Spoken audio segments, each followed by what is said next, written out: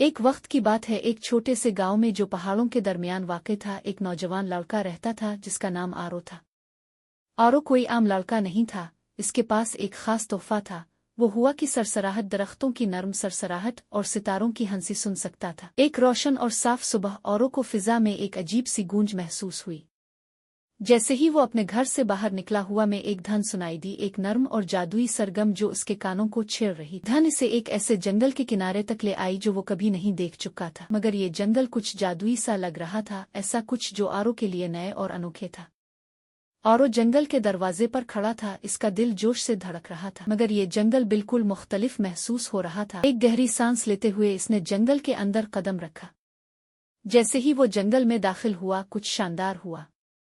درختوں نے اس کا نام سرگوشی میں لیا، زمین نیچے اس کے قدموں تلے توانائی سے گونج رہی تھی اور ہوا میں سنہری روشنی چمک رہی تھی۔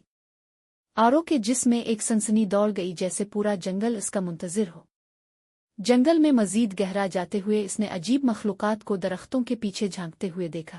چھوٹے چمکتے ہوئے جاندار جو پروں کے ساتھ چمکتے تھے جیسے ستارے، شرارتی خرگوش جو نرم اور چمکدار تھے، اور پرندے جن کے پر رنگوں کے ہر رنگ میں چمک رہے تھے۔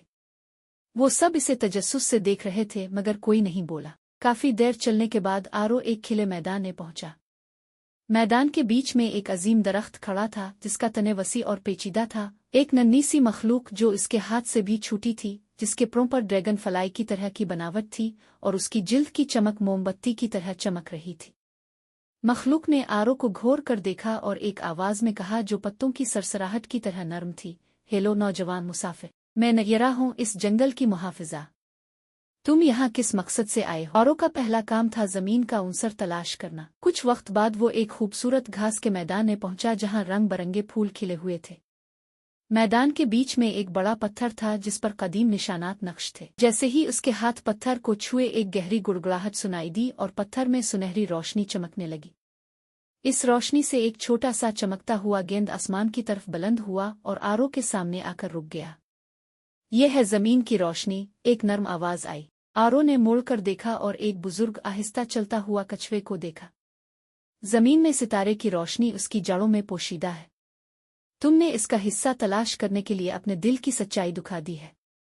آرو نے شکر گزار ہو کر اس گیند کو پکڑ لیا اور اس کی گرمی محسوس کی جیسے وہ زندہ ہو۔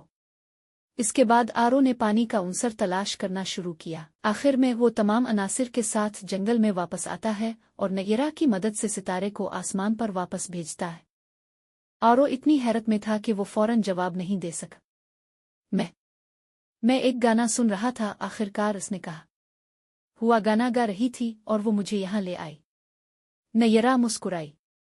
جو گانا تم نے سنا وہ گمشدہ ستارے کا گانا ہے۔ کئی سال ہو گئے جب سے ستارہ آسمان سے گرا تھا، لیکن اس کی روشنی ابھی تک اس جنگل میں موجود ہے۔ صرف وہی لوگ جو دل سے سچے ہیں وہ اس کا گانا سن سکتے ہیں۔ آرو کی آنکھیں حیرت سے کھل گئیں۔ گمشدہ ستارہ، کیا ہوا تھا اسے؟ نگیرا نے نرم اور دھیرے سے کہا، وہ ستارہ کبھی آسمان کا حصہ تھا، راتوں رات چمکتا تھا، مگر ایک شام وہ زمین پر گر گیا، ٹھیک یہاں اس جنگل میں۔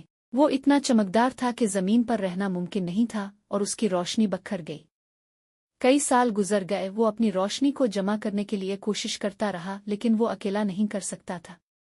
آرو نے تھوڑی دیر سوچا، پھر پوچھا، میں اس ستارے کی مدد کیسے کر سکتا ہوں؟ نگیرا نے اسے گہری نظر سے دیکھا۔ ستارے کی روشنی کو آسمان میں واپس بھیجنے کے لیے تمہیں 4 عناصر تلاش کرنے ہوں گے، زمین، پانی، آگ اور ہوا۔ ہر عنصر کے اندر ستارے کی روشنی کا ایک حصہ ہے، اور جب یہ سب مل جائیں گے تب ہی ستارہ اپنے گھر واپس جا سکے گا۔ آرو نے سر ہلایا۔ اسے ہمیشہ ایڈونچر پسند تھا اور یہ تو سب سے بڑا ایڈونچر لگ رہا تھا۔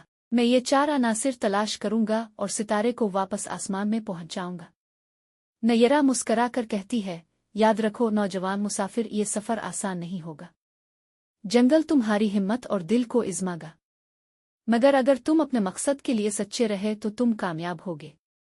یہ کہہ کر نگیرا غائب ہو گئی اور درخت کے ارد گرد چمکتی ہوئی سنہری روشنی اور زیادہ چمکنے لگی۔ آرو نے ایک گہری سانس لی اور اس کی آنکھوں میں عزم کی روشنی تھی۔ اس نے جنگل میں 4 عناصر تلاش کرنے کا سفر شروع کیا۔